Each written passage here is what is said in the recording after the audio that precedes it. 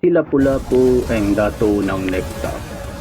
Gustong malaman ng mga Western invaders ang sekreto ng Nectar, kaya handa silang gawin ang lahat para makuha nila ito. Pero ang dato na si Lapu-Lapu na may makalangit na kapangyarihan ay umatake sa mga mananakop at parang halimaw mula sa dagat. Sa huli, kalahati ni sirang barko at isang punit na bandila na lang ang naiwan. Panandalian ang nawala ang banta, pero hindi nagpahinga si Lapu-Lapu. Alam niya ang kapalit ng kapangyarihang meron siya. Unti-unti siyang nagiging isang bato, hindi na niya maramdaman ang sariling tibok ng puso. Alam niyang darating ang araw na maubos ang oras niya.